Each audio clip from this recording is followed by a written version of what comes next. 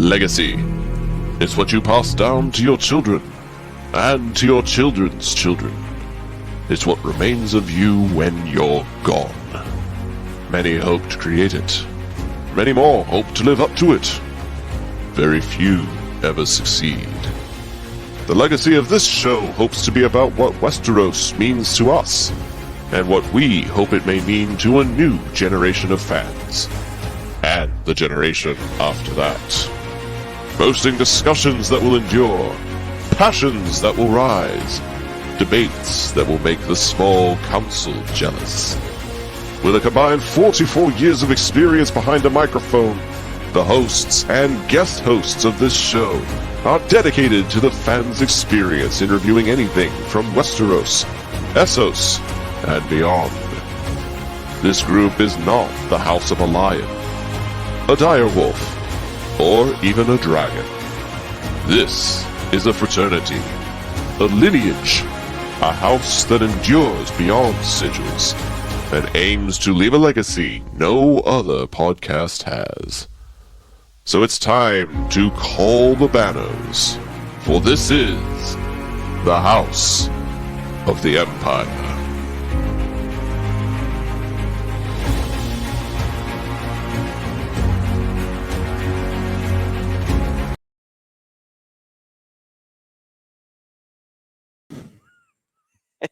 Hey, here we go. Now we got it. I was lip syncing there for a second. Good evening, everyone, or good morning, depending on what time of day you're actually watching this episode. But thanks for being a part of yet another episode of House of the Empire, discussing that hit show, House of the Dragon. I'm Zach, back as always to do this really, really interesting and thought-provoking episode discussion, talking about episode 9, titled The Green Council. It's a penultimate episode, which we know is something that's super famous among Game of Thrones seasons, that the second to last episode is usually jam-packed with things that are critical for the success of the show and some of the bigger moments of the show and things that could propel you into excitement for the next season. We get to tackle all of that and so much more here on this episode. And to do that, we've got our own little small council that's going to help us break down as many aspects of the show as we can in about an hour's time. Joining me back for more fun, as he usually is, it's Sir Kieran. Welcome back to the show. Yeah. Well, I'm glad to be back up to talk about this really interesting episode. Really not quite the typical penultimate episode. So that could be a good thing. That could be a bad thing. I guess we're about to find out. Johnny Waters is back on the show again. Welcome back, man. You and I have a lot of history, along with that guy in the other corner, talking about Game of Thrones seasons and Game of Thrones penultimate episodes. This one could be shaping up to be a fun discussion. It's definitely going to be, it's different than what we've come to expect from Game of Thrones as a franchise, and I'm excited to just dive in there and, figure out if you guys like it, if you guys don't like it, and just break it down and talk about it. I'm excited. This is one of the highlights of my week, not going to lie. The other one is getting to talk about the show itself, but then getting to watch the show and then getting to talk about it the next day. Those are really cool back-to-back features, and I'm kind of bummed that next week is going to be like the last time I get to do that back-to-back sequence. Sean, we've only got one episode left. You and I have talked at length behind the scenes, but now we get to talk about it face-to-face as it is. Man, I'm going through, like, to use a Jamie Lee Curtis line, trauma right now with how close we are to not having the show for a very long time. It was bad enough having to wait for it a year, but the idea, like, they're predicting 20 to 24 months. That's rough. But that's what you get when HBO had no idea how the fan base was going to react, because Game of Thrones was left in a very volatile place. They filmed season 1 in the pandemic. If you've been watching the behind the scenes stuff, the fact that they were able to do what they've been able to do with how restricted they were is pretty remarkable. And then scheduling conflicts, right? So it's going to make for a very, very long wait. I actually kind of wonder if there's a chance they split the season in half because of that. But we'll talk about that on another episode. I was more conflicted last night than I am today. Okay, that's interesting. Did you get a chance to see it a second time, or have you just had time to process it? No, I had a chance to see it a second time. See, some of y'all are so lucky. I barely had time to watch it the first time. I had to work yesterday, and I didn't get in till like 9 p.m. my time, and it's over an hour-long episode, and then I was working all day today, and I was like, screw it, I'm just gonna have to go off of the tweets and the wiki articles to try and recall everything, because seeing it a second time just wasn't in the cards for me. But before we get into our initial impressions, we've got a couple of thank yous that we need to issue. Business first, and then pleasure afterwards, right, Sean? Yeah, absolutely. Big thank you to Jesse, who is one of our Phantom Empire executive producers, our new Patreon tier, which, by the way, if you want to support the channel, you can head over to patreon.com/Phantom Empire. We have brand new tiers over there, brand new content, and brand new shows as well. So be on the lookout for that. And more specifically, though, Jesse is going to make it possible for Kieran and myself and whoever else may be able to join us in what's going to be a very long off season, where we continue to do weekly Westeros and Game of Thrones and House of the Dragon videos leading all the way to the next season. Jesse is promoting his project Bunce Forest Trauma. You can check them out at tastytreatmaster@yahoo.com, soundcloud.com /Bunce Forest Trauma, and on Facebook /Bunce Forest Trauma. Big thanks to Jess, who really goes above and beyond to support all the content that we do at the channel. And just recently made another trip around the sun, if my memory serves correctly. Today, it's his birthday, so a big happy birthday to Jesse. And I know he watches these. He was one of those guys that was on the fence about House of the Dragon because he loved Game of Thrones. Maybe he wasn't the biggest fan of the end of Game of Thrones. We got a few episodes into our show, and he basically implied that we convinced him to give it a shot. So that's cool whenever we can do that, That's Obviously, recording today, not released today. For Yeah, other fans that know the person. Oh, Yeah, It's today while we're recording, but Right. it'll be yesterday when he's Forrest actually have it watching thinking it says live up in that corner. time travel. It's a weird thing, but Timey-wimey, boys. Timey-wimey. You Oh, understand very it or you don't? very wibbly wobbly. Got to make that Matt Smith reference to his previous work. Well, that was a David Tennant reference, not a Matt Smith reference. I think doesn't Matt Smith's at least at one point in his tenure say something like timey-wimey stuff. I know it said to him in the 50th anniversary special. I don't think he ever says it. But Okay. I mean, I could be wrong. Okay. He could have said it in the actual first episode where you're still kind of the last guy. One other thing is you'll be able to, and this goes to all the Phantom Empire products, a change we're making is you're going to be able to find every show we do on the channel on your live podcast feeds on Spotify, Apple Podcast, all that stuff, including House of the Empire right now. So if you don't want to go on YouTube and you're driving somewhere and don't want to burn data, just download the episode before you leave and listen to it in your car. I do a lot of driving around, so listening to podcasts on the go is definitely my preferred method. It's either that or this giant Spotify playlist that I've made that's just titled Zach Faves. And it's literally everything from Earth Angel by the Penguins to Radioactive by Imagine Dragons. Like, it's just this weird spectrum of music that goes on for about 26 hours. And that usually lasts me the whole week. But when it doesn't, Spotify podcasts are totally the way I go. So be sure to go give that a listen. Let's go ahead and get into some spoiler-free content for those who haven't seen the episode and want to hear some thoughts.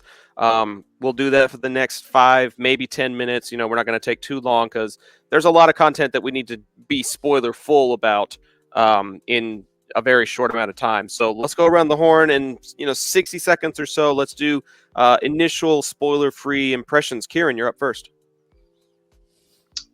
It was interesting because as a penultimate episode, it wasn't quite, like I said, it wasn't quite what you would expect from that sort of thing, being as they were all kind of the same, or for the most part, all very much the same. And the show's just showing once again how it's Game of Thrones, but it's not Game of Thrones. It's a different thing. So it's not always unwelcome when we get things like time jumps and stuff like that we haven't quite gotten in Game of Thrones. But it made for an interesting episode. I don't really want to give away all of my thoughts, but it definitely made an impact without making that big a splash.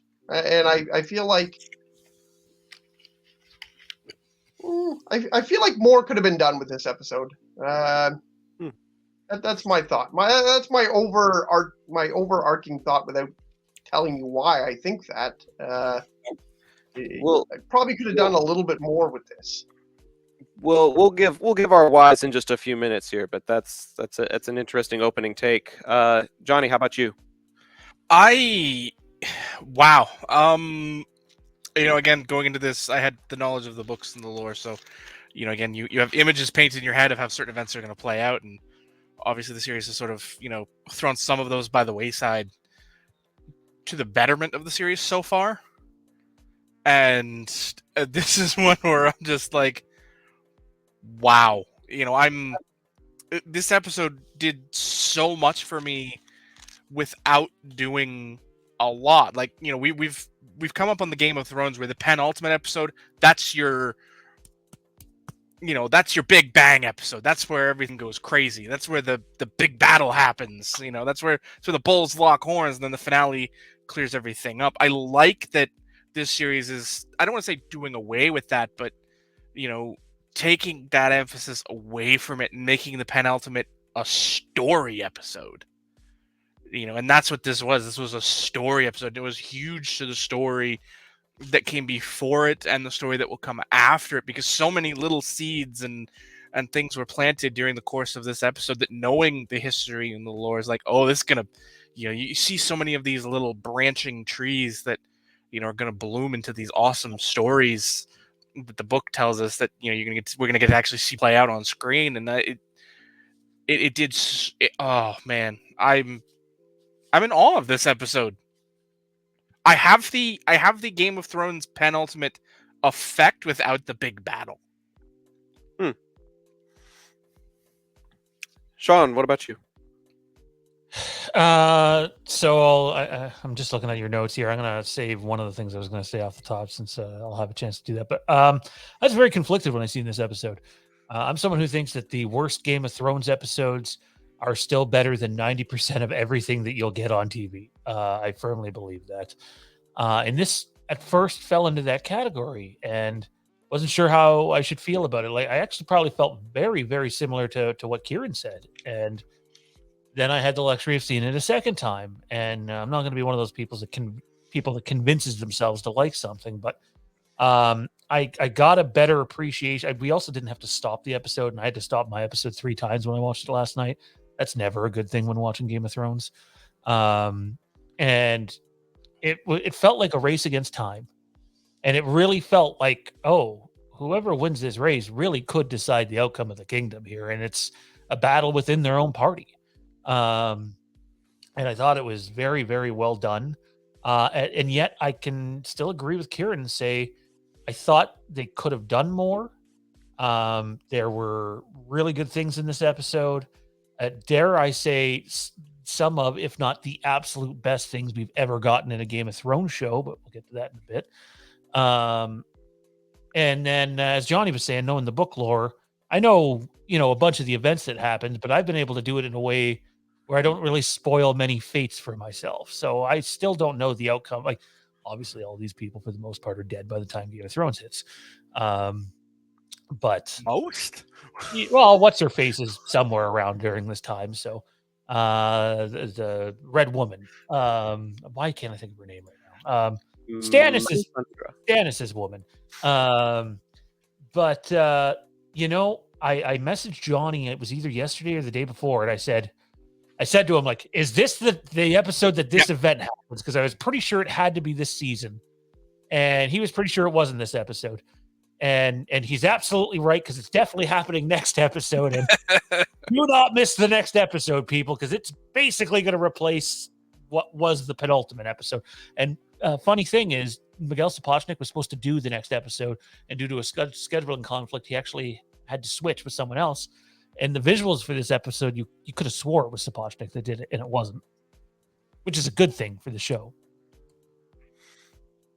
Well, you can tell that his hand is kind of influencing the series, even when he's not in the director's chair. Like when I watched the behind the scenes featurettes, the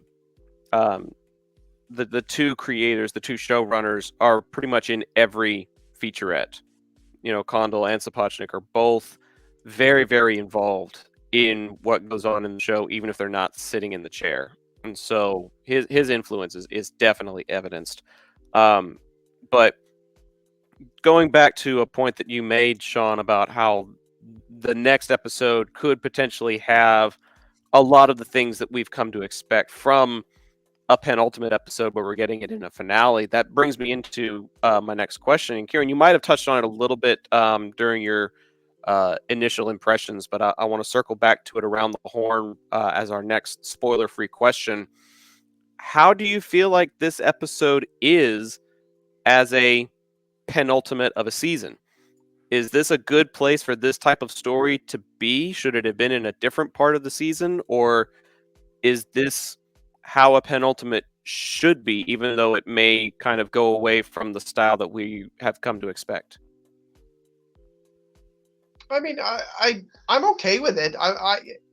It didn't bother me that it wasn't the Big Bang war episode that it typically is. That didn't bother me at all, because we're gonna get it, and honestly, it works pretty good as well as a last episode for you to wait for fucking 2 years for it to come back on. Like, if the last thing that you think of is so and so gets their head sliced off, or so and so's army destroys.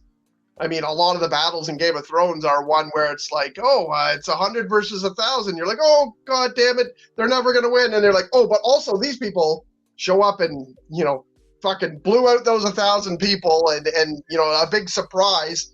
And then it's the end. But typically in Game of Thrones, you get the aftermath episode where they sweep up everything and you find out, it's your cleanup phase. If you've played card games or board games, you get that okay, well, let's see who's still alive, who's dead, what's the next plan, what are we gonna do?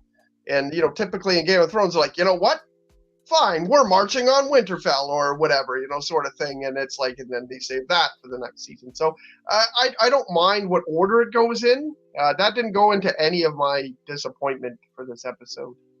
And I'm the same as Sean. Even saying that this episode really, it's not going to be one of my favorite of the seasons. It's still Game of Thrones. It still beats the pants off of watching 90% of what's on TV. But I the idea of this not being a penultimate episode didn't bother me, especially being as that this is the first time we had 5 episodes of like prequel work. So, we didn't have a long actual present time. So, fine for me. Johnny, you used the word awe during your opening statements. I'm going to assume that you are in relative agreement with Kieran about how maybe this is an okay thing for Game of Thrones to detract from their usual storytelling trope and use this type of an episode at this point in the season for actual storytelling. Yeah, I'm all for storytelling. Like the battles will always have their place, and Game of Thrones always did a very good job of building up to that battle, where it was more fleshed out over a longer time. You could have one big battle be the capper of a season, whereas I think by the time we're said and done with this series, it's going to be much more compact in the sense we're going to have 2 to 3 major battles every season once the battle actually starts. This whole season, we talked about the first 4 episodes being prologue. Well, in reality, this episode starts the series. This is where everything starts. This is where it all This is where the rubber meets the road. And from here on out, there's going to be a lot more battles because we're compressing the timeline down into a much smaller period. So I think we're going to have more seasons where season 2 is probably going to have 2 to 3 major battles. And it's going to be different from Game of Thrones, where everything built to that one, season defining conflict. Whereas this one's more about the story behind those conflicts.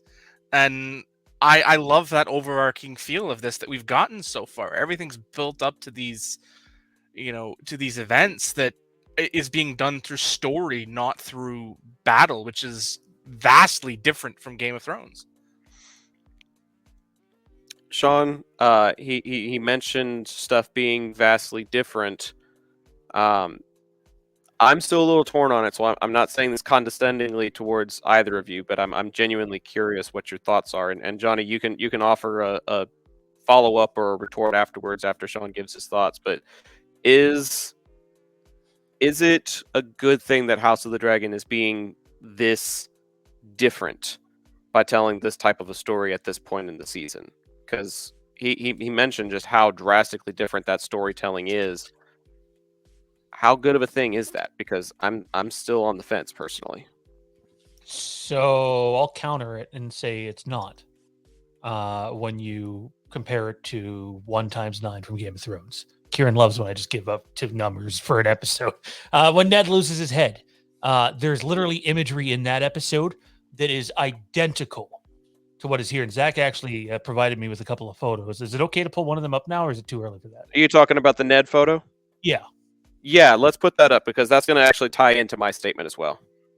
So this exact shot of Ned at the top is literally the Aegon shot. We see the exact same shot in a different. Well, is it a different? Yeah, Dragon Pit. So it is a different place. I think in the books it happened not at the Dragon Pit. I could be wrong about that.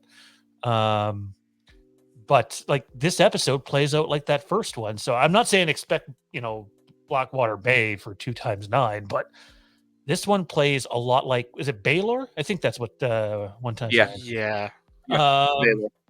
So I thought they were very similar. Obviously, I mean, the production budget's way the hell higher than Game of Thrones season 1, but there were a lot of similarities there. But I think the problem is, I think every other penultimate episode of Game of Thrones is just this insane thing from season 2 on, that it's really easy to forget about one of the biggest WTF moments in the show.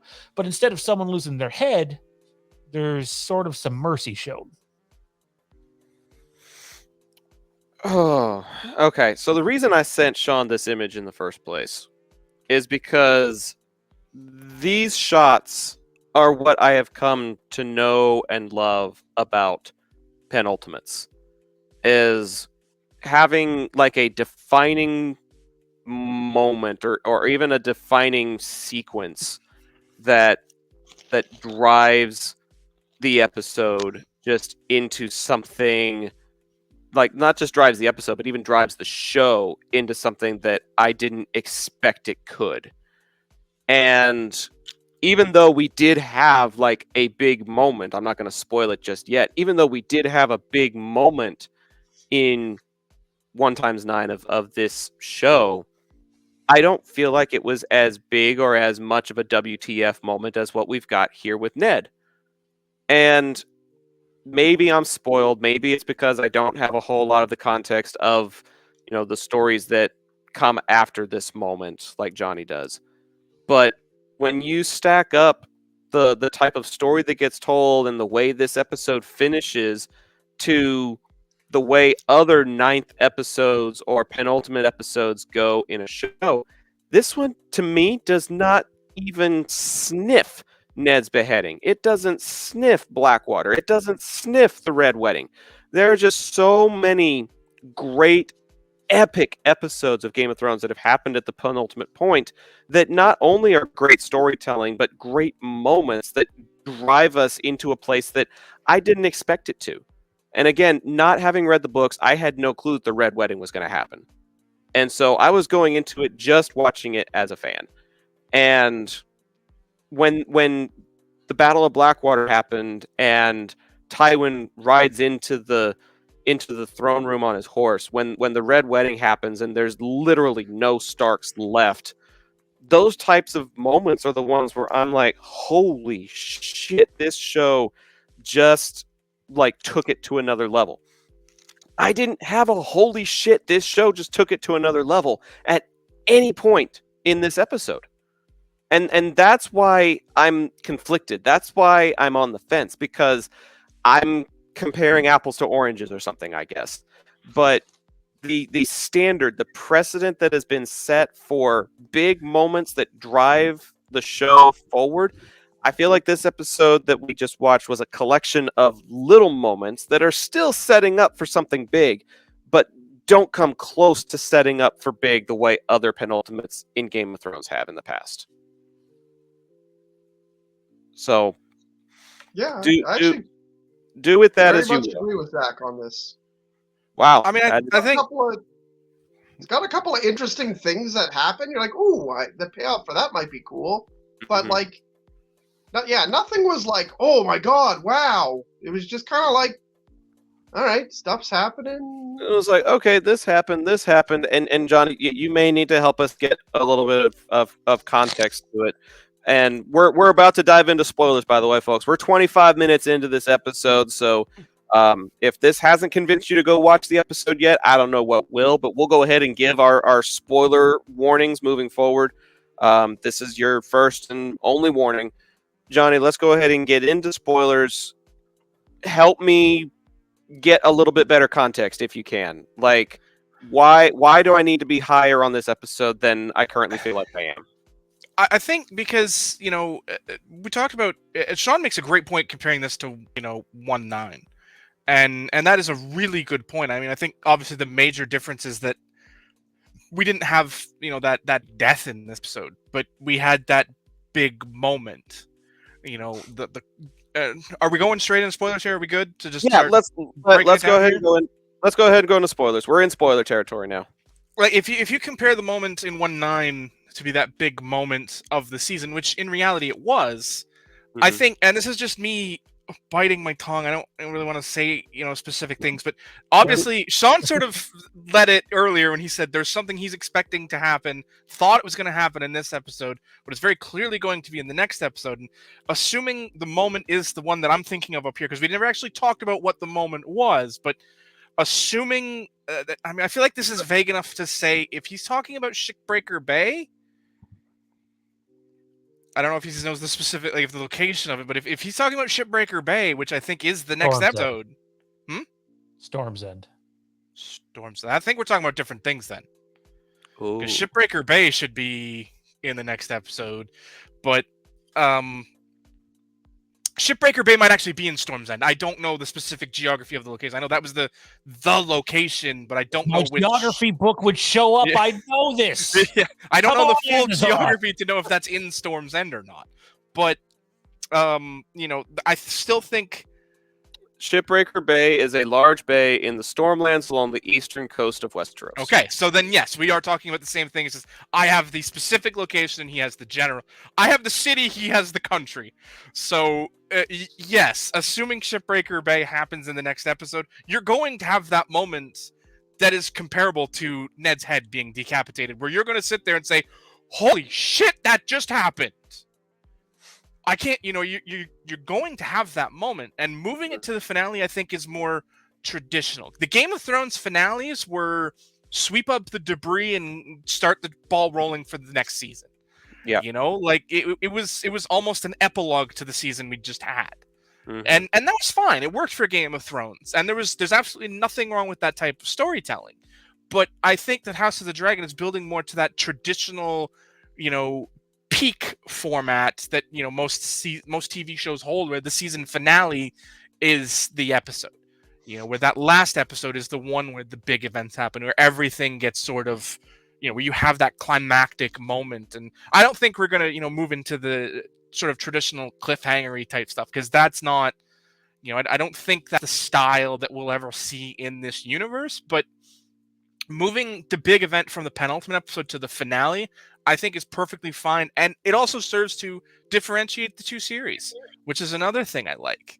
because, as long as we continue holding on to the sacred goat and comparing House of the Dragon to Game of Thrones, which we're always going to do to some degree, but the sooner we can get past the holding it to its moments, like Sean said just a little bit ago, I don't expect Blackwater Bay in season 2, but there's going to be a large portion of the audience who's expecting that type of moment in season 2, just because, well, it happened in Game of Thrones, so they've got to do something just like it here. Well, no, they don't, because the stories are completely different. You're going to get events play out in much different fashions. Like I said, I wouldn't be surprised to see season 2 of this series have 2 or 3 major battles and events that occur in one season, where, like I said, Game of Thrones built to that one epic battle, and all roads led to Rome, and it was always in that penultimate episode. Not to Here, mention, we're not doing that.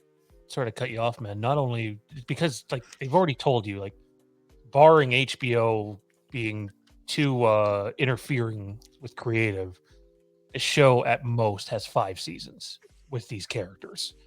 So you don't have 8 seasons to play with, even though 2 of them were partial. You're going to get the battles more frequently because it is a war. The show is about a war. But specifically next season, you're going to see some familiar locations from Game of Thrones that you love. Yeah, I know. Yeah, I know what you're talking about. Yes. Yep.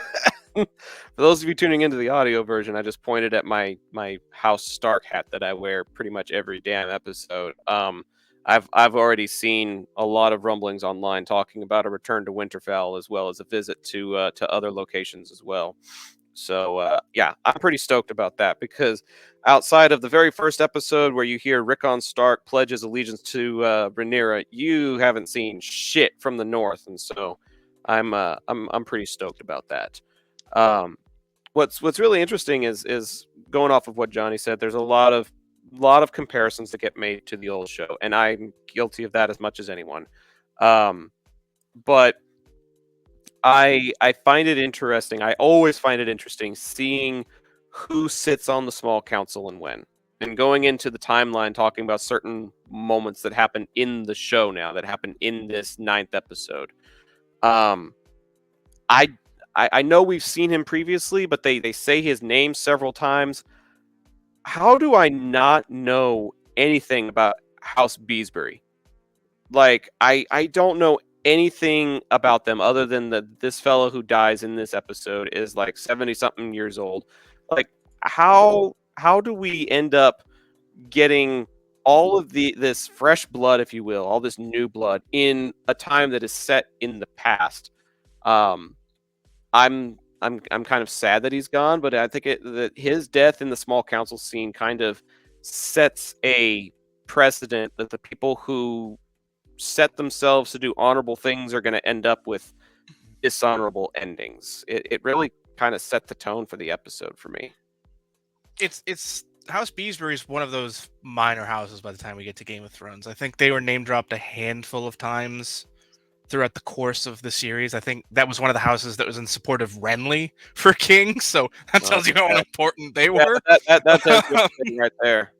Pretty sure they're tied to House Hightower too. At Rhaenyra's wedding, we get a little glimpse of that. Yeah, so I mean, they're not major players by the time we get around to seeing them again, but they exist. They're there. They're one of many houses that were once great that are no longer. Did any of you guys actually think he was going to die there? Because I thought he was just going to get thrown down into his chair and a dirtbag of the world does it again. I didn't expect it like that. I mean, I'd seen an image from the episodes, since it aired, that, was him with his head down on the table, and I had assumed that he had been poisoned or something of that sort. So when Kristen went all Kristen on him, I don't even know what to call him at this point. Kristen is a sociopath. Better. I like your idea. I saw a meme earlier today about how he went from being Rhaenyra's whore to Alicent's bitch. And I thought I have been calling him a bitch since episode 2. I'm now on your side. It's taken a while to get there, but I'm with you. Mm-hmm. Welcome to the team. We have cookies. Yes. I hope they're chocolate chip. I 'Cause know this is in the notes. I got to ask him because I feel like when we were doing our preview, we did a couple of preview episodes leading into the season. That Kieran was really high on Kristen Cole. Where are you now? Like, it doesn't just because the character's dirtbag doesn't mean he's not interesting. But where are you with that character now, man? He's kind of a stale character to me. Like, he's like ever since he was on Team Allison, he's just been violent and loyal, and I don't know. It's not really a even when he has lines, he's just like, yeah, I'll do whatever you want. Like, it doesn't really seem like he's that interesting. I was interested.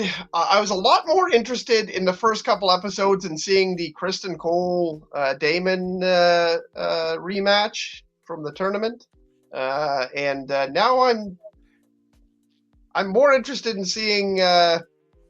I mean, he'll probably beat the other Lord Commander in a fight, but I'm more interested in seeing that fight now. But I don't know. He's just, I don't know. He doesn't really. He's not interesting. I don't see him doing anything other than being a lapdog right now. ever since he had to basically surrender his title and position and honor over to Allison, he's become a shell of a man.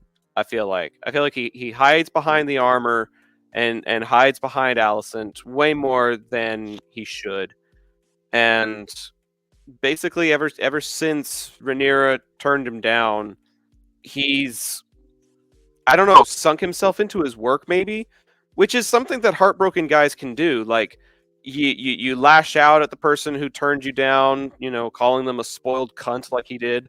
And honestly, the resentment is sometimes still harbored feelings and unrequitedness. And I seriously doubt that that's completely what it is about Kristen's character, but I think after pouring your soul out for somebody and getting it smashed to bits like he did, he just doesn't have a rebound, and he doesn't have anything left to really motivate him or give him anything to really live for. And so when he has an opportunity to do something bitchy like what he did to Lord Beesbury, he jumps at it because it's the one thing. His job is like the one thing he's got left, and so he has to take like immense pleasure in what he does because that's pretty much all he can lean on anymore. I mean, I'll say this. This is just me speaking out of turn. I don't think he had the guts to actually kill him. I think that was an accident. I don't think it was on purpose either, but I think maybe he doesn't know his own strength. Oh, I'm sure that's what it is. He was lashing out in anger, but his intent was just to sit the old man down. And as as Beesbury made a point of saying, he was 70-6, right? That's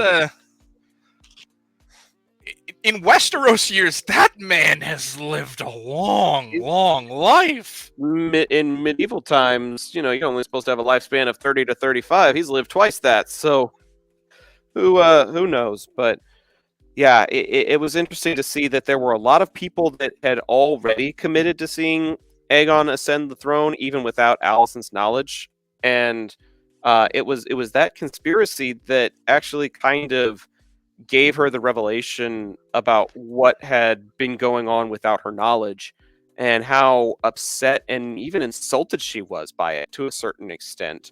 And yet, not long after her upset nature, she creates this resolve to go and do something about it. And this may be the first time that I've actually enjoyed the depth of Alicent's character. I have ragged on her a lot, even when she was a teenage character. Like, I felt she was very flat. I felt like she was very two-dimensional. I didn't feel like she had a voice, but these last couple of episodes, I feel like she has really made her presence known and is actually making a difference in the way the story moves forward. And after she realized what the small council had been plotting, she started making a plot of her own not long after that. And Sean, I'm curious, your thoughts on her going to Rainey's pretty much first and foremost before she tried to rally anyone else to her cause. She goes to Rainey's. I mean, there's power with dragons, right? So there's that. But as much as that seems like a kind-hearted thing to do, she's still playing the game a little bit now, and not like she lets her go or anything, and makes very clear what's going to happen. I wasn't sure how I was going to feel about Allison in the show, or certain paths that we were going to take to get to where we are now. I'm definitely still Team Rhaenyra, but Allison's character, this woman has been through some shit, and is, just now realizing that there's been this, massive play, massive coup at play, and she seems pretty broken up about Viserys' death. Like, she knew it was coming, but at the end of the day, I'm sure he treated her very well. Doesn't strike me as the type of guy who's going to go around beating his wife. Not sure he could have anyways at his state, but I'm really digging the character, and I liked her reaction to when Cole accidentally kills Beesbury. It's almost just like, oh my God, fucking again. Like, really, man? It was a nice piece of acting. In the last 2 episodes, Alicent has definitely changed my opinion of her. Like you saw over the course of the last, which obviously, I missed being here last week, so I didn't get a chance to talk about. But over the course of that episode, you actually got to see her go through almost the 5 stages of grief. To the point where she accepted Rhaenyra as being the heir and being the next queen, and then she gets to Viserys' deathbed, where she clearly interprets words that Viserys is saying, which I can certainly understand from her perspective. She doesn't realize he's referring to Aegon the Conqueror, not Aegon the Older. So I understand that more, and now she thinks she's doing the right thing, but everything sort of spirals out of control for her now. Like, she accepted it, she dealt with it, and then she believes she's acting out her husband's last wish to make their son the king, and everybody else around here is just spiraled out of control through this, coup that they've been plotting for years, apparently. And, now she sort of has to try and regain some semblance of control in in an ever chaotic world. And I've enjoyed that. I mean, obviously, like Sean said, I'm obviously still Team Rhaenyra, but the character of Alicent is a much more, I don't want to say redeemable character, but a much more understood character for me in her motives and motivation. Like I said, the book painted her very different how we're actually seeing play out, and you can see Otto's ministrations, and he's the one playing the game, and she is a pawn in his game, and she's trying to exert whatever degree of control she can, and that's very little. I actually thought that exchange between Otto and Alicent was like the best part of the show. Like, acting wise, and like some of the lines in there were great, and it had a major impact on the episode, because you just kind of assume those two were pretty cohesive. Like, even though was shown earlier that Otto was kind of puppeting her. But, you just kind of assumed that they were, well, it actually was kind of like Otto said, we got the same goals. I don't exactly share what I'm doing with you, but, but you assume they were heading the same way, so they'd probably be cool with each other for most of this show. So I thought that exchange was actually the best acting, writing of the show, and was, probably the moment I enjoyed the most, I guess. Yeah. I enjoyed that scene a lot. I really did, because I feel like we needed that scene perhaps a little bit sooner in the episode, because for the longest time it has been a greens against the blacks type of plurality, but now we're seeing that there is some dissidence within the Green Coalition, or whatever you want to call it, and it's happening at the father-daughter level. Like, it's extremely intimate, and if you make the wrong move, you not only risk alienating an ally, you risk alienating a relative, which is a very, very dangerous move. And that's why that exchange was so important, because Otto's over here, acting on the king's behalf, as he has been for the last couple of years while Viserys has been on his deathbed. And his influence is causing a majority of important lords to rally to Aegon's side, and eventually his side is what his end result is, his end goal is. And Johnny, maybe you can provide a little bit of clarity to this again for me, because I'm so glad you're on this for this context-driven episode. Is Alicent's goal, do you think, just to prevent the bloodshed that Otto was willing to make, or is she still clinging to an outside hope that maybe she and Rhaenyra and Rhaenyra's family don't have to completely estrange themselves and go to war? Like, is she still hoping for a fragile alliance with Rhaenyra, or is she just hoping for ways to avoid killing Rhaenyra? I think it is certainly she wants the cohesion. I think that over the course of this season, to me, Alicent has been more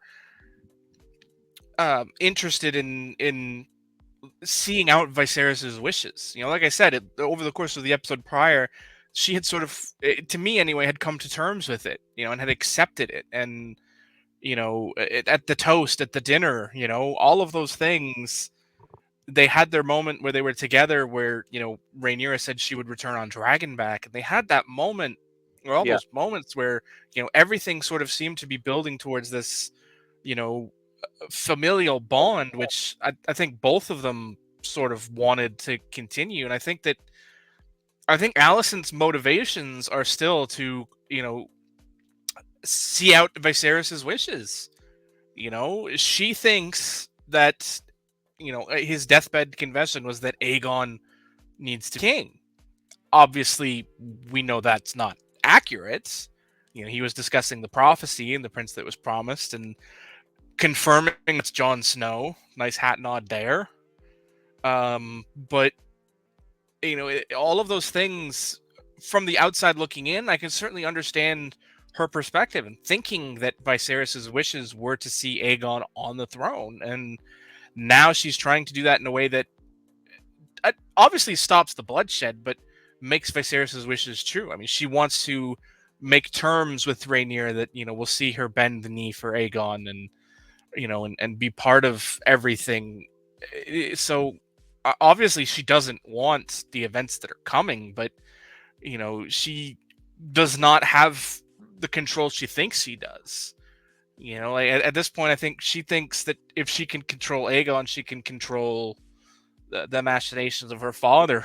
I think that's the furthest thing from the truth. He's still going to continue. He will not be satisfied until there is no threat to Aegon's validity as king, and obviously, until Rhaenyra is dead, that validity will always be in question, because Viserys didn't say it to anyone. This isn't even a chambermaid or a maester or anyone else. This is literally his wife, Aegon's mother. So yeah, it's very easy to write that off and say, well, that's just what she wants to happen, when in reality she thinks she's acting out Viserys's final wishes. I think it's kind of funny now that in the first 8 episodes, Viserys was the one who was ignoring things that would have known to be happen, and all the people around him are like, yeah, I don't think those are actually her kids, or I don't think this is going as well as you think it is. And Viserys was always like just kind of aloof to things, or turning a blind eye to things. And now, like, not quite the same, but in a way the same. Alicent is like, yeah, he wants my son to be king. And everyone's like, no, he never wanted that. Like, pretty much everyone's like, even the people who have something to gain from it, or what actually wanted to happen, are like, I'm pretty sure Viserys didn't want that. Like, he never really talked about it or was interested in it, or even even Aegon the himself king. thinks that. Yeah, even the now king was like, he didn't even like me. Like, He had 20 so, years to make me his heir. If he wanted to do it, he would have done it. Yeah, it just seems kind of funny that, like, now she's kind of in the same place as Viserys, where she's trying to convince everybody of something that everyone's like, no, I don't think so. So, I mean, I do think she interesting. honestly believes he had that deathbed vision, like that deathbed change of heart. And obviously, it's going to be hard for other people to believe that because, of course, that's, oh, she wants her son to be king. Well, of course she does. I don't believe you. But, she's acting, I believe she's acting in good faith. But everyone else around her is acting in bad faith and just wants to further their own goals, as evidenced by the fact that, Otto and the small council have been plotting a coup for, the better part of the last 5 years. Yeah, it's very interesting to find out, like, whether she's being truthful or not, or whether we're going to get a future conversation where she's like, actually, I'm an evil bitch again. Like, are we being swerved, I guess? Anyways. We'll find out. Moving along to the search for Aegon. This is one of the next pieces of the episode. After all of that deliberating, after all of those discussions at the Red Keep, we actually get to go outside of the keep a little bit, and we see a couple of different pairings that are on the hunt for the future king. And Sean, I want to toss this to you because I feel like this is a segment that is one that you may have really appreciated, because very, very rarely in this season have we gone outside of the Red Keep or Driftmark. There's a lot to be seen just outside those gates, and we haven't seen a lot of it. But in this episode, we see the Street of Silk, and we see some of the other depths of what I believe is Flea Bottom. And there's some really interesting camera shots. There's some really interesting scenes that transpire as they're on the search for him. What did you make of this hunt that Kristen and Aemond and Eric and Arik are on throughout the streets of King's Landing? So I'll do my best here to contain my thoughts, because I'm pretty obsessed about this part. Not the biggest fan of the story choices necessarily. Well, not the choices, but just like Kieran, I thought we could have gotten a little bit more in this episode. However, this whole sequence is really cool. The visual dynamic as we start to geographically change locations on this search is very noticeable. We're not just changing a couple of things around on the same flat stagecraft screen or anything. Like, you can tell they're on location. You can tell that it feels real and looks real. I dug the part where Aemond and Kristen are talking to the woman there. I'm assuming it's the same pleasure house that Daemon brought Rhaenyra back in episode 4. I dug that. I thought they did a really good job of humanizing Aemon a little bit in this episode, because last episode he sort of came across like the Terminator, and he still has that look by all means. They did a good job with humanizing him. But guys, just in general, this episode, like, it's on display specifically in this scene.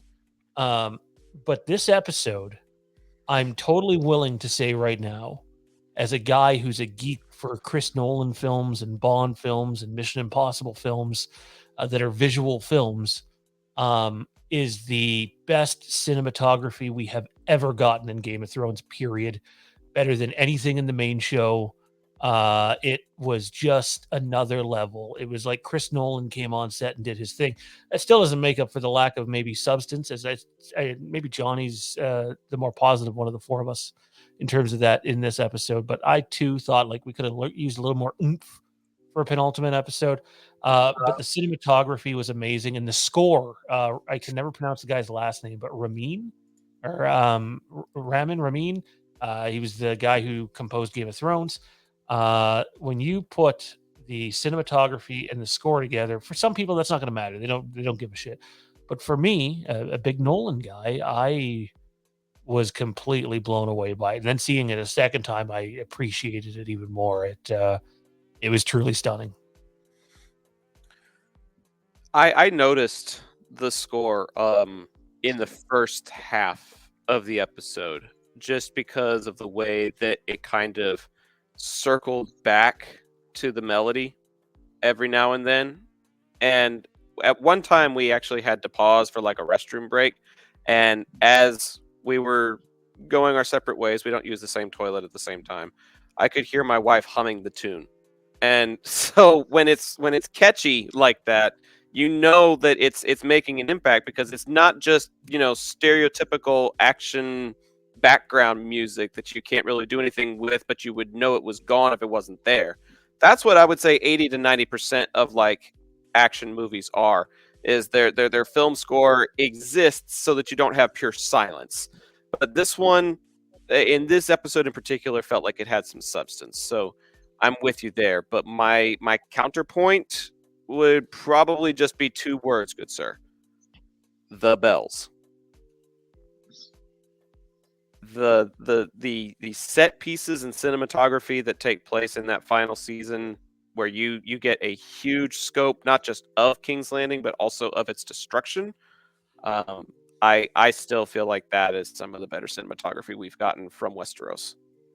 Yeah, I would be on board with that, and it does look beautiful, but they filmed it on a backlot that looks nothing like King's Landing from prior, and there's some nitpicky things I have with that, but that's probably one of the best shot Game of Thrones episodes, period. I mean, I don't know when she goes nuts in that episode, but Kieran, you just watched it. I think the whole back half of that episode is basically King's Landing burning and fall. We get the Clegane Bowl, but the whole back half of that is like just specifically focused on visuals.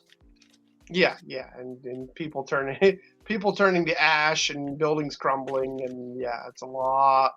It's almost overkill with that stuff. Yeah, I really disliked the sword play and the stairs there.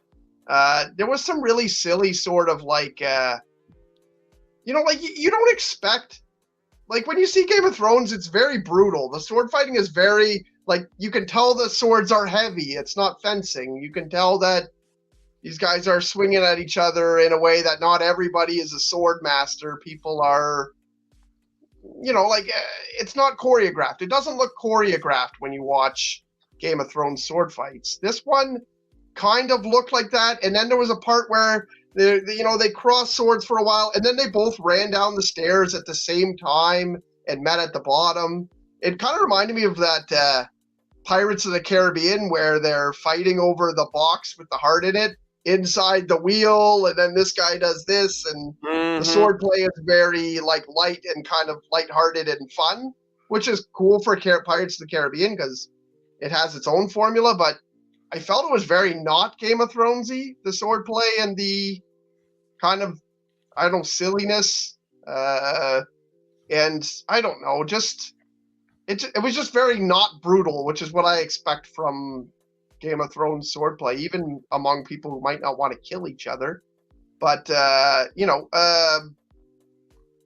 it just, I don't know, the chase for the little boy and whatever, like, I really didn't like it. I really thought it was kind of lighthearted, and that's not, like lighthearted as a, adventurous type of thing like that has a place for me, but it's just not in Westeros. Like, Westeros is not like that. It didn't give me the right feeling. And for the music, I actually did not notice the music really at any time in this episode. And, I'm not a really big score person. Like, I know Sean is a big score person. I'm a big fight choreography person, so like I'll notice things like that a lot more. But normally when I think the music is really good is when it pops out to me like as really good.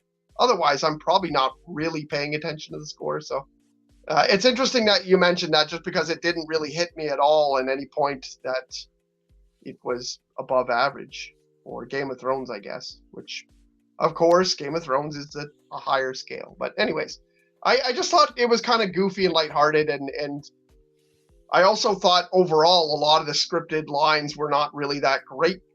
So I don't know, it just didn't feel very Game of Thronesy in a lot of ways. I was interested to find out who the director of this episode was and what they'd done previously in Game of Thrones, maybe. But Claire Tyner, she did episode 4, I think.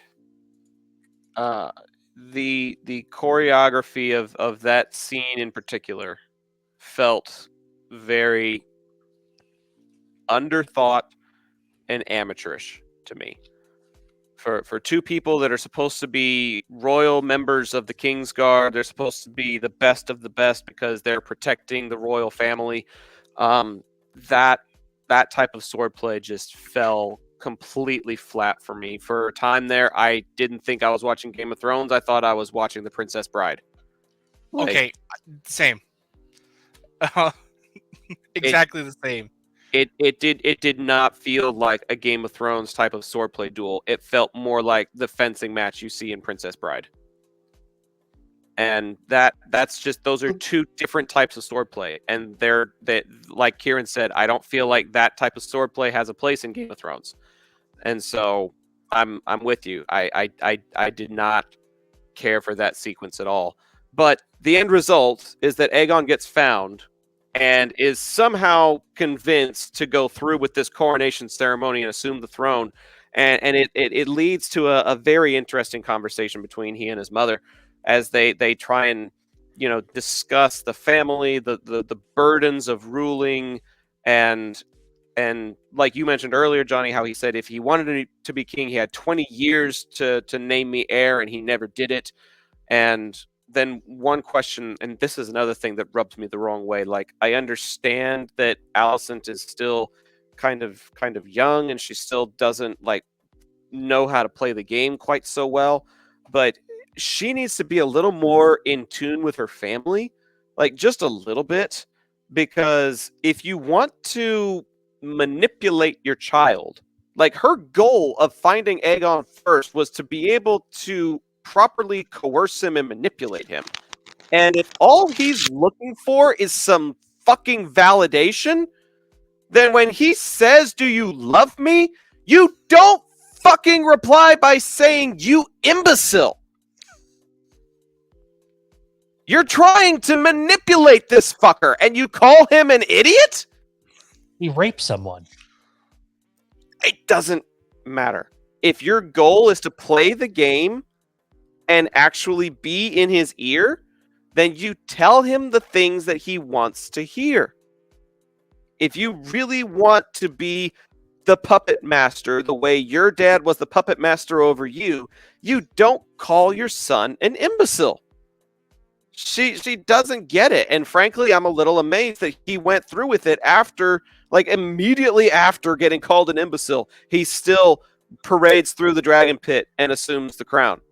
If I were him and I had been in that position, I would have, done some sort of silent protest. I would have sat down and made the guards drag me in by my feet or something. I would not have gone through with it with the dignity that he went through it with. I would not. But that's me.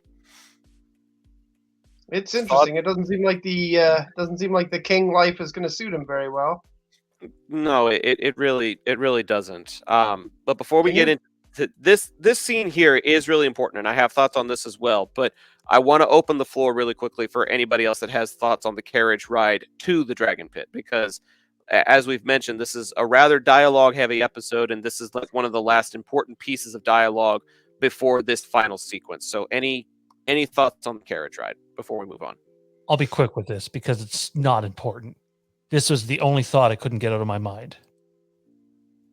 The entire carriage ride, I was just like, holy shit, this guy looks like Jack White.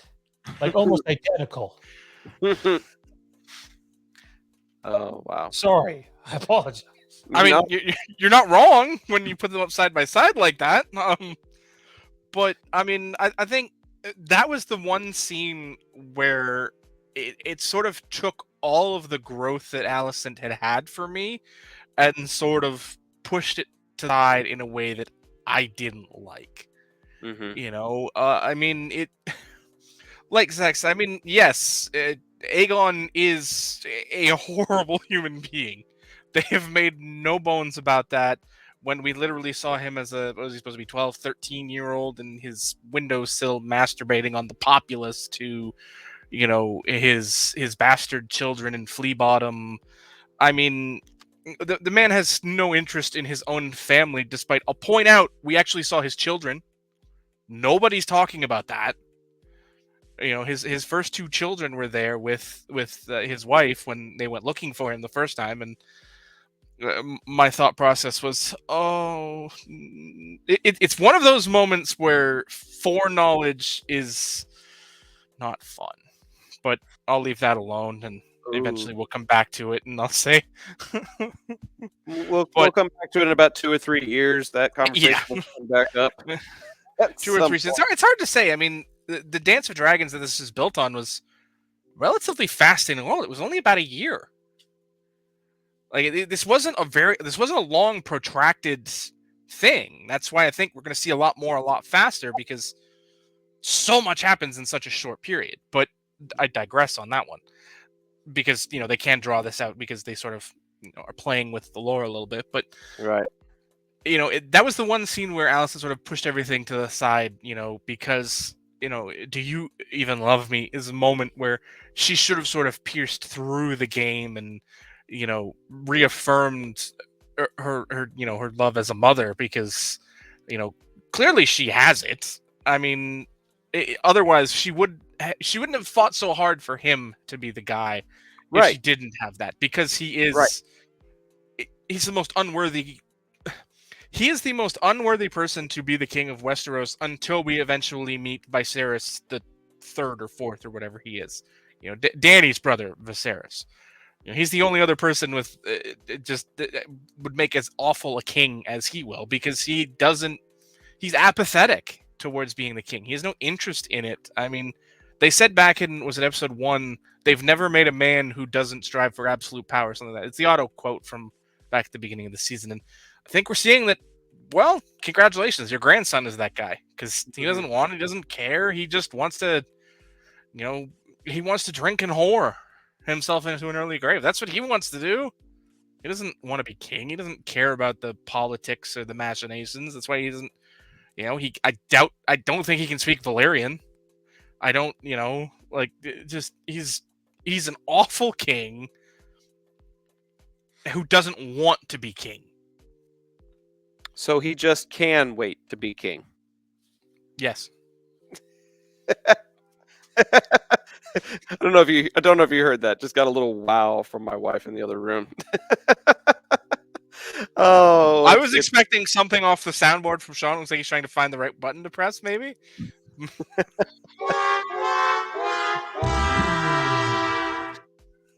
I was a little late. I'm like, what happened to the button? Fuck. Okay, Sean, if you could bring up that image one more time with how this episode finishes up, because this is our last piece of. Nope, not that one. Not that one. Damn it. We are going to talk about that one, right? Because I have some thoughts. We are going to talk about that one, just not yet. That's my closing thoughts. That's not my thoughts for this moment. All right. Jesus Christ, you're spoiling my fun. Can we skip that? Can we skip that part? No, because I have some thoughts. Do we have any real thoughts on that, or just? Oh, I have thoughts. God damn it! Shit. I've never been asked to be outroed before the end of the show on this show, but nope, that's not allowed. You have to sit and listen to us talk about it. Oh man. Okay, so this sequence where the City Watch is gathering the peasants for this grand pageantry that can apparently only take place in the Dragon Pit. Like, I get that this is probably like the biggest arena that they've got right now. I understand that this is like for pageantry. But I find it kind of, I don't know, macabre or morbid or something, that the people who are under the rule of the thumb of the dragon have to gather in the place, like the hive of the dragon's lair, to witness this coronation. And they're using a lot of Aegon the Conqueror's old pieces, his Valyrian dagger, his crown. Like, they're really trying to reinforce that this Aegon is going to bring us back to that place of power that the former Aegon did. And literally, his reign goes on for what, 2 minutes, and then shit already hits the fan. Um, I found this sequence to be surprising, but also kind of, I don't know, ironic in a lot of ways. I'm curious what you guys' thoughts on Otto's, coronation speech and the way the events play out after the crown is officially placed on his head. I think Johnny could probably confirm this, but I think in the book, instead of finding him at the Sept, they drag him kicking and screaming to the Sept, and it takes place at the Sept. I don't know if they just thought, "Hey, we designed the dragon pit for this show. We need to use it big." Maybe I got that information wrong. I don't know, man. Him coming, he's not a likable character, and he's also not like, it's not like Aemon's walking down the aisle, right? Like, I didn't feel anything for the character other than, wow, this douche is really going to get up there. This fucking pathetic rapist who, in my opinion, deserves everything his mom's given to him and then some, is going to get up there and claim this. And sure enough, as soon as he starts hearing the cheer, we get this almost terrible cartoon looking. And thank God for Rhaenys, is all I'll say, is Rhaenys. My God, what an epic moment. And man, her dragon looks like Drogon and Daenerys' dragons. As to the book, he was found in 3 different places as told by 3 different people. Oh, so none of those were the Sept. conflicting reports, of course. I was surprised by the dragon, like, popping out of the ground and everything. Mm-hmm. But it wasn't very epic to me. Like, it was like a lot of dust and black, and then I didn't think the dragon really stood out too much. I mean, it was in a dark dragon pit or whatever, but I don't know. It does like a little burnout, spin out like a motorcycle, like you have the one foot on the motorcycle and you spin around in the dust a little bit, and then then yelled at them, and I knew he wasn't going to burn all those characters, because then it would have been like, and that's the end. Well, now what? Yeah, like it. I don't know. So it was like kind of like, all, folks. it's like someone steps up to you and you're like, you're not going to do it. I'm not. Whatever. So there was not really any, like, it wasn't suspenseful. Mm-hmm. It wasn't quite pulled off in a way that was, epic in my mind. I don't know. It's kind of forgettable to me. Like, I don't think I'm gonna like look at the end of the season and be like, oh man, that was the moment that something, like, not really. See, and that's where I'm kind of at, because like other people have alluded to, there are things that this episode could have done better, and I think Rhaenys' entrance and impact could have been done better, because she doesn't do anything to the Greens, but her appearance in such a dramatic fashion takes innocent lives that were just corralled there by the City Watch. Like, the only people that die in any of this are the crowd people. They didn't do anything. They were told to go there. And then the next thing you know, a dragon just kind of pops up from the ground and, like, you're getting stomped on and shit. Like, it's a huge loss of innocent lives just for the higher ups, the social elite to play some sort of weird fucking game with each other. And it doesn't cost any of the elitists' lives, but it takes the lives of innocents. I did not care for the way that sequence was executed. I didn't even need to come on tonight. I could have just said, Zach, do your thing. I agree with you, 100%. It's just Rhaenys needed to have her dragon Melis, I think is the name. I think Melis needed to eat somebody or burn one person or something. I'm sitting there watching this dragon look at everybody, and I'm just sitting there going, "All right, Rhaenys, if you're not going to say it, I'm going to fucking say it, Dracarys, motherfucker!" And just nothing happened. And I know that would have ended the show a hell of a lot sooner, but all of this talk about making the sacrifices for your family and doing the thing that's in the best interest of your family, getting rid of the people that locked you up in your room and were going to usurp you and your control and your alliances, like everything that Rhaenys wanted and stood for and advocated for in the previous episode, she could have actually backed up her claims with one word, and she didn't do it because of a mother's love and affection for her child or some bullshit like that. Do it for the good of the realm like any other person would have. Do you know these characters like any other person would have? Game of Thrones is littered with people that make the wrong decision time and time and time again. Otto would have done it. I think Alicent would have done it. Rhaenyra would have done it. I think Corlys would have done it. There are a ton of mainstay characters who would have taken their family's best interest. Daemon would have done it.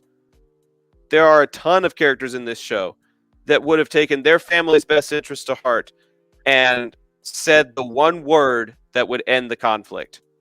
And so my train of thought here is, why would you even have this face-to-face? Why would you even have this confrontation if you're not going to have the balls to go through with it and say the one word that needs to be said? Like, why would you lean Melis in and roar at everybody the way that you did if you're not going to follow through? Like, why bother? Just jump up from the pit and fly off. You didn't need to have this face-to-face, and yet somehow it got thrown into the story anyways. I don't understand. I feel like this. I feel like this could have been monumentally better if they could have had a better entrance. The dragon. I don't know what. Isn't there an entrance to the pit that they could have flew through? Do a T-Rex style like entrance where somebody's kill a whole ton of people vibrating in the cup. Like, do something where the dragon like stomps its way in through the main gates. Like, there's so many ways. And then, I mean, it wasn't written in a book or whatever, but like, imagine something like, when the dragon flies out, the crown falls off the king's head, and the dragon like incinerates the crown and melts it or something like that. You'd be like, at least some sort of statement, like whatever. They're just like yelling at you, like, I get yelled at fucking all day. It's not really a big deal. Like, I don't know. It's not really symbolic. I'm not really.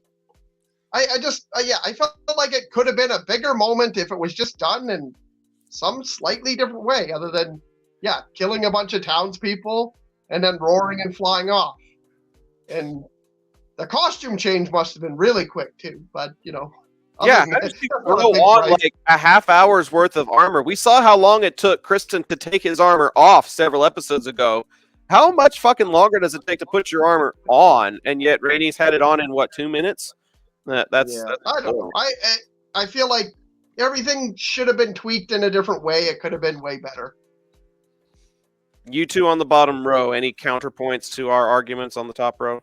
Yeah, you guys are nuts. I mean, it was definitely meant to be that moment in this episode that gives you that awe reaction. But, for as many reasons as you guys said, nothing was ever going to come of it. And this is one of those times where, in watching the series, I find myself scratching my head and going, why are we doing this? Because unless I'm drastically forgetting something, Aegon's coronation went off without incident in the book. This didn't happen. Mm-hmm. So why is it happening now? Why did this? Yeah, I mean, I understand this happening. I understand like the point of making the big show, like this is her declaring herself for Rhaenyra, and making that big statement, and reaffirming that she's not a tyrant. That's why she doesn't kill them. She's not a sociopath, unlike a lot of other characters we see in this series. And it was unnecessary. Like that whole sequence to me, like it was unnecessary from a sense of it served no purpose. Other than just being a big set piece, it didn't really purpose. I don't know what I can't say here, and you know why, Johnny. So I'm gonna avoid that part of the question and just say, because I'm afraid I'll slip. And I'll say you guys are spot on about the armor. I actually enjoyed the scene. I don't know what Kieran's TV's like, or anybody's TV. We all have different settings, but like visually, it looked fucking phenomenal. Oh, I had no issues with it visually. It was gorgeous, incredible. Don't insult my TV. He's always doing that. Every time I disagree with him, he's like, "Well, you know what? Your TV's just shit." We're discussing visuals. You're not invited over to my house. You're disinvited. I seen the armor and I'm like, well, maybe she sleeps in it. No, like was it under the cloak? Yeah, maybe she got dressed when they went to go out on the city. I have no fucking idea, but it didn't make unless I wondered where the armor came from as well. But that was a weird one. I like all that scene, and I can't say a bunch of what I want to say, so I'll just say you guys are spot on about the armor. I don't know what the fuck they were saying. Well, we're running a little bit longer than we promised we would, but it's been a great discussion. I think just given how many of us have context about what is still yet to come, I'm going to forego the question about what our hopes are for the finale, because there are some people who know how the finale may end up transpiring. And so in the interest of time and in the interest of not letting anything slip, we're going to go ahead and skip that question and just tell people to tune in next week, and we'll all find out how it goes. We all have our own hopes. We all have our own thoughts on how we think it may play out, but we're going to find out in just a few days' time. So why bother speculating anyways? So let's go ahead and go into our champions of the week and our overall rating out of 10. Kieran, you're up first. Can I not go first? I honestly, I can't really say that any character really stood out too much. So I'm going to go back to what I said about the best scene being between Alicent and Otto, and I'm going to give Otto the win because I really enjoyed the way his lines were delivered. I really enjoyed that scene altogether, and it's weird because it, like, among all the crazy sort of things that happened, even though I said they didn't really hit the way I feel like they wanted them to, this scene, which was kind of just a character piece with a little bit of ramifications in that family, I think really stood out to me. So I'm going to give it to Otto, just basically for Rhys Ifans' acting. Do you have a score out of 10? 7. Okay. Johnny, you're up. I was positive that while I was watching the episode, I was like, oh yeah, this is going to be my champion for the week. I don't think there's going to be any question. And then we got to the carriage scene, and all of the progression Alicent had just went to the wayside. And I'm like, well, I can't pick you now because I hate that scene so very much. So, I mean, much like Kieran said, it's hard to rifle down to a champion after that because Alicent was, the one who did the most. But I'm going to take an out-of-the-box pick, and I'm going to pick Lord Beesbury because it's a character that had done nothing to this point. He'd been a bit player in some sequences. We'd seen him in the small council stuff, and he'd just been sort of like the... there was someone on the small council that was in the original Game of Thrones that was always like just there but not there sort of thing. And it just felt like he was that guy. He was there but he wasn't present. And you get to this episode where everything has hit the fan and you get to see this man's backbone and his spine and just a fantastic monologue, about having been friends with Viserys longer than anyone in this room. Just all of the things that he said and showing that spine and that backbone and just delivering just an epic, fantastic monologue. I have to pick Lord Beastbury as my champion. And rating, That's a cool pick. I'm gonna go with.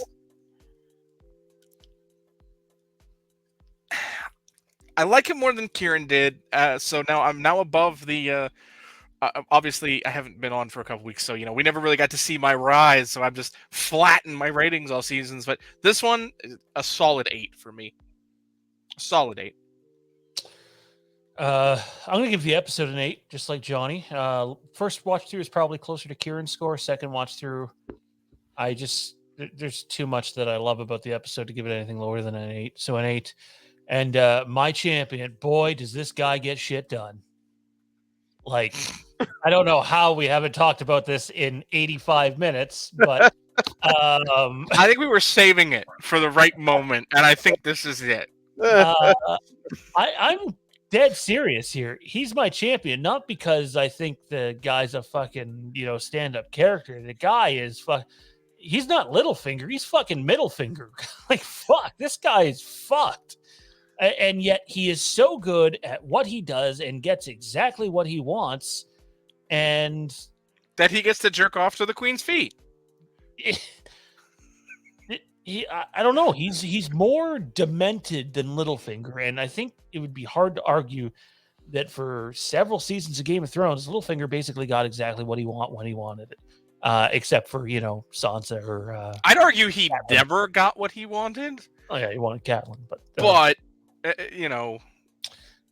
he wanted the Iron Throne too, but he got everything else that he wanted, and he was the cause of many of the problems. And this guy right here just so happens to be the cause of a lot of the problems that are going on currently.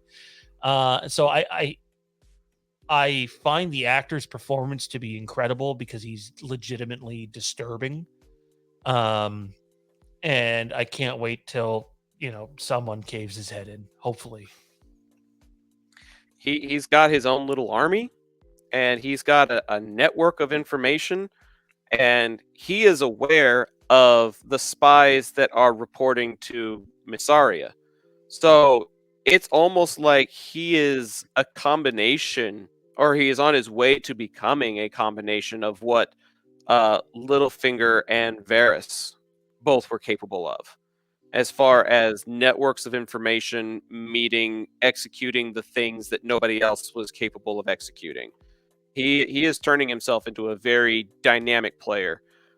However, the feet stuff is just a little bit too weird for me. When he stuck his hand underneath his cloak and Alicent just kind of turned her head away, I was like, oh my god, the guy with the fucked up feet has a feet fetish. That's just a bit too far. Kink shame?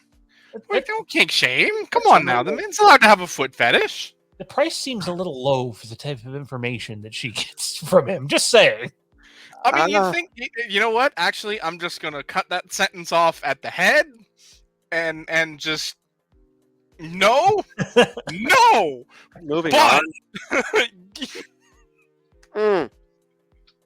Use your imagination and figure out what else he could be paid with for a man with a foot fetish, and we'll leave it at that. I mean, I've mentioned before how much I like Larys and great character. I think it's funny how it seems like his go-to is throw people in the dungeon. He's been shown in a dungeon like 3 or 4 times now. Let's not forget the Hanging Lord. He's got a foot fetish and a dungeon kink. That one does. Why are you kink shaming the man? Come on now. I'm not kink shaming. I'm spitting facts, bro. Man, crazy shit happens. You're saying it negatively, like the man likes dungeons and feet. What's wrong with that? This is a world of sexual deviance, All I said was that was his interests. You can do it. Sean was saying earlier, he was saying, this guy's an asshole, like he raped someone, and it's like, I feel like in the world of Game of Thrones, if 100 people, 50 of them have raped someone. And the other 50 have probably been raped. It's not like real life. I know 500 people, and I don't think any of them have done that. But in I think in Game of Thrones, you throw a rock into a crowd, you get 5 people who have raped someone. Not entirely wrong. Probably not entirely wrong. But It's still terribly wrong, I'm but not you know, picking it like, up to touch this one. I feel like it's way more common. I mean, Johnny, you're going to touch as much as Laris did, so that's saying something. Never got the whole feet thing personally, but I mean, if that's what gets you going, hey, all the power to you. I mean, you know, nothing wrong with that. Like what you like, and I think he wants what he can't have. He can't have the queen, and he can't have a decent stroll. So he gets both of those in one hit.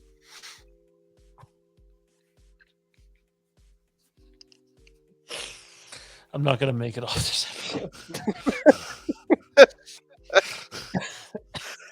I told you we shouldn't have talked about this Laris guy.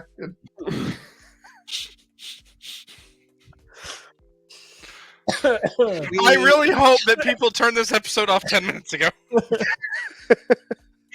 If you did, I understand. If you didn't, I am so sorry. I'm going to go with another kind of a dark horse for my champion of the week, because much like Johnny, my champion was Alicent until the carriage ride. She was able to confront her father. She was able to beat him to finding Aegon. She was able to have really tough conversations with her son and with Rhaenys. She was doing a lot that needed to be done until she basically threw all of it away with the way she behaved in the carriage. And so, like, all of that buildup just kind of washed away for me there. So my champion then goes to the runner-up, which would be One-Eyed Aemond. He spoke several times about how he wanted to be king, and he has studied the histories. He has studied Valyrian. He understands the politics. He has been doing the swordplay down in the grounds. He has been training for this moment ever since he bonded with Vhagar. And he feels suited for the role, and yet he can't have it. And rather than try to assassinate his brother so that he can become next in line, he goes to rescue him. And goes to bring him to perform his duties, even though he literally says, "I'm unfit to be king." And Aemon says, "You'll get no argument from me." Like, he knows what's going on. He knows what's at play, and is still going to do his family's duty and fulfill the obligations expected of him, which is be there for your older brother. And that is a champion move to willingly take yourself into a dangerous situation down in the Street of Silk and Flea Bottom with only one person as your backup.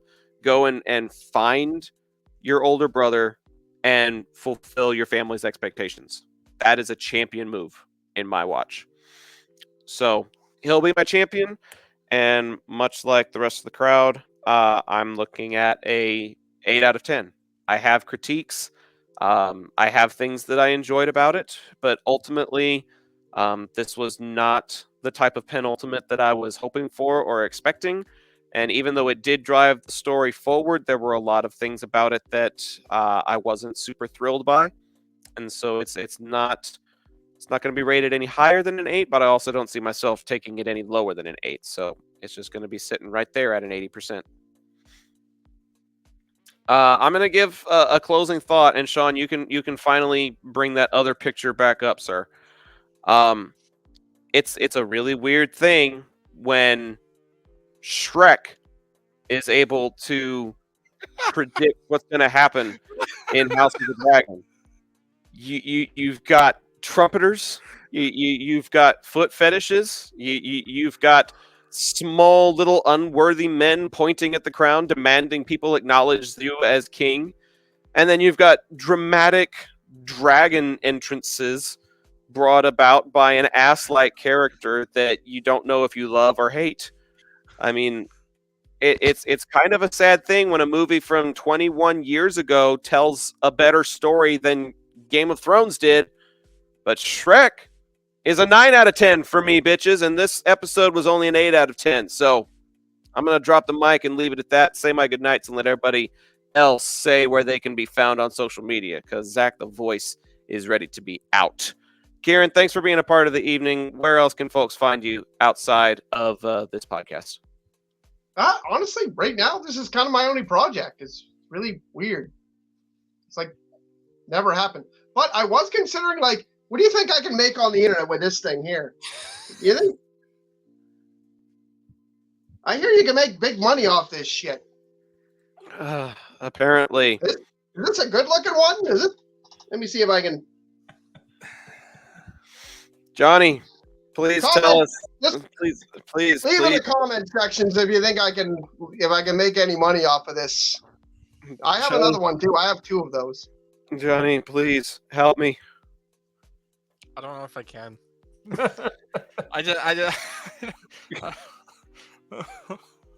I'll make an OnlyFans account if they're worth money.